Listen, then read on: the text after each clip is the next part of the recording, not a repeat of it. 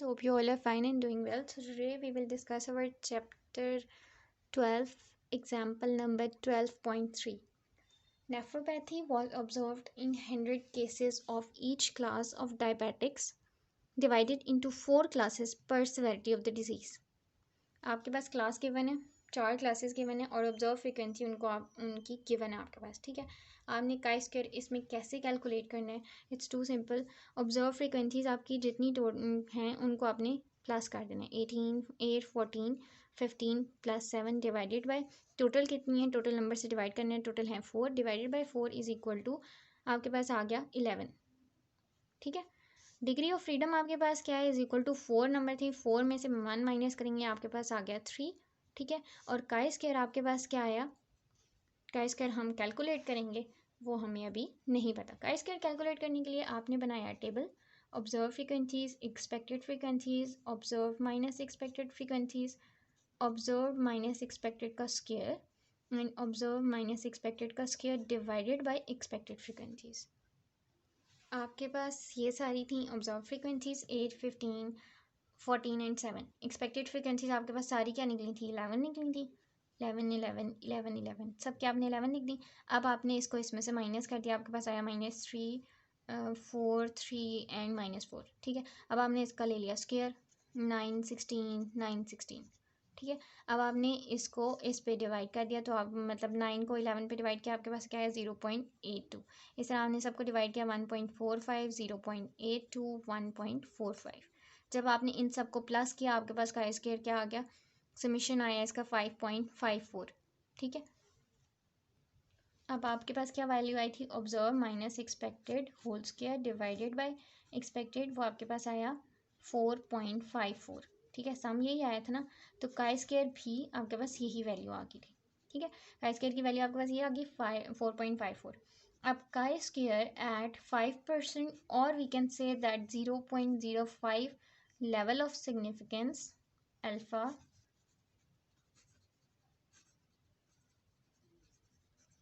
with 3 degree of freedom, ठीक है। जिसमें डिग्री ऑफ फ्रीडम हमारे पास 3 था ना, इस वो हम देखते हैं अब क्या है। आपने देखा 3 डिग्री ऑफ फ्रीडम है आपके पास, ठीक है। और 0.05 में आपने देखा और आपके पास क्या आंसर आया, 0.05 में 7.81, ठीक है। 7.81 आपके पास आंसर आ गया। तो कैलकुलेटेड वैल्यू आपकी क्या थी, that is equal to calculated value 4.54, ठीक है। और टेबल वैल्यू जो थी वो आपके पास क्या थी, table value is equal to 7.81। तो टेबल वैल्यू बड़ी होगी कैलकुलेटेड वैल्यू से, so we fail to reject the null hypothesis, fail to reject the null hypothesis, ठीक है। क्योंकि हमारी टेबल वैल्यू जो थी वो कैलकुलेटेड वैल्यू से बड़ी थी, इसलिए हमने उसको रिजेक्ट कर दिया। Our next question is example number 12.4. From the following data, use chi-square test and conclude whether inoculation is effective in preventing tuberculosis, ठीक है। आपने इसमें भी chi-square test यूज़ करना है और देखना है। अब इसमें हम कैसे कैलकुलेट करेंगे, आपने फॉर्मूला लगाना है, expected frequency is equal to row total, मतलब टोटल रोज कितनी है मल्टीप्लाई बाय टोटल कॉलम्स कितनी, ठीक है, डिवाइडेड बाय आपका ग्रैंड टोटल कितना आ गया, ठीक है। आपने क्या करना है, आपके पास टोटल इसका क्या था 100, इनको आपने प्लस किया आपके पास आ गया 200, इनको आपने प्लस किया आपके पास आ गया 164, इनको प्लस किया आपके पास आ गया 36, ठीक है। आपने क्या किया, सबसे पहले आपने इसकी एक्सपेक्टेड फ्रीक्वेंसीज जो हैं वो कैलकुलेट की। एक्सपेक्टेड फ्रीक्वेंसीज आप कैसे कैलकुलेट करोगे, आप 100 को 36 के साथ मल्टीप्लाई करोगे, ठीक है। सबसे पहले टोटल ये था ना, टोटल रो जो थी वो आपके पास 1300 थी और टोटल ये जो थे ये आप ए के लिए कैलकुलेट कर रहे हो, जो सपोज A, B, C कुछ भी लिख सकते हो, ए, और ये टोटल आपके पास क्या थी 36 डिवाइडेड बाई ग्रैंड टोटल आपके पास क्या था, दैट इज़ 200, ठीक है। जब आपने कैलकुलेट किया आपके पास आया 18।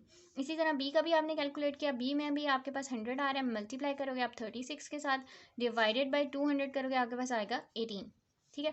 सी आपके पास कैसे कैलकुलेट करोगे, आपके पास 100 ही है, रो मल्टीप्लाई बाय टोटल ये कितनी है कॉलम की 164 डिवाइडेड बाय 200, तो आपके पास आंसर आ गया दैट इज़ 82, ठीक है। इसी तरह डी का भी कैलकुलेट करोगे, 100 आपके पास रो का था, मल्टीप्लाई बाय कॉलम 164 था, डिवाइडेड बाय 200 आपके पास आ गया इज इक्वल टू 82। ये आपके पास आ गई सारी expected values.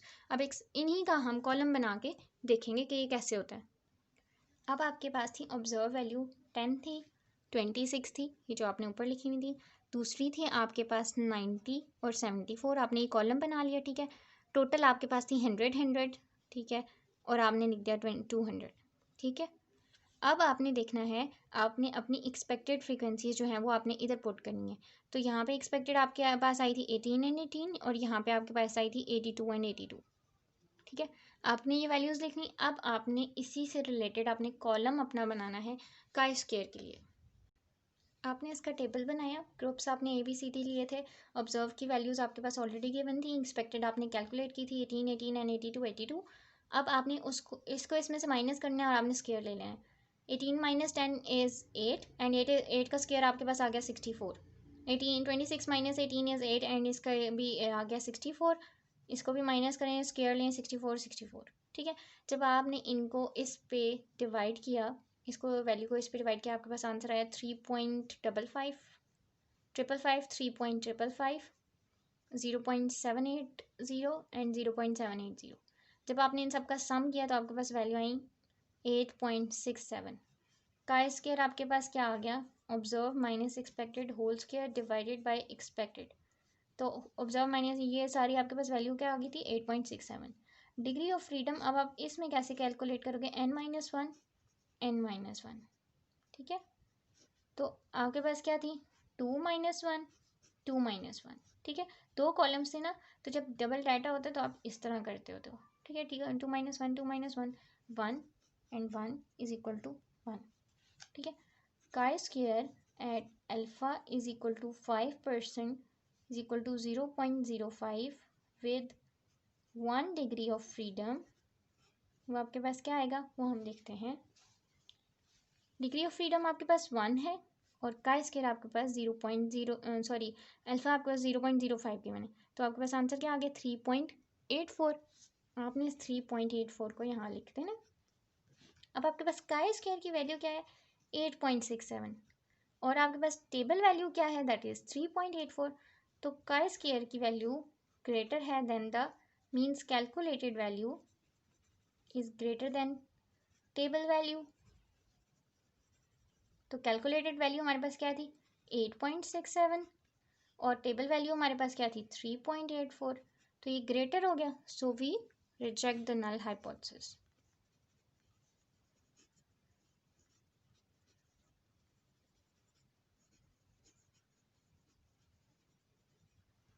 Okay, so this is our end of 12.4. If you have any query, please let me know through your comments. Till then, take care of yourself. Allah Hafiz.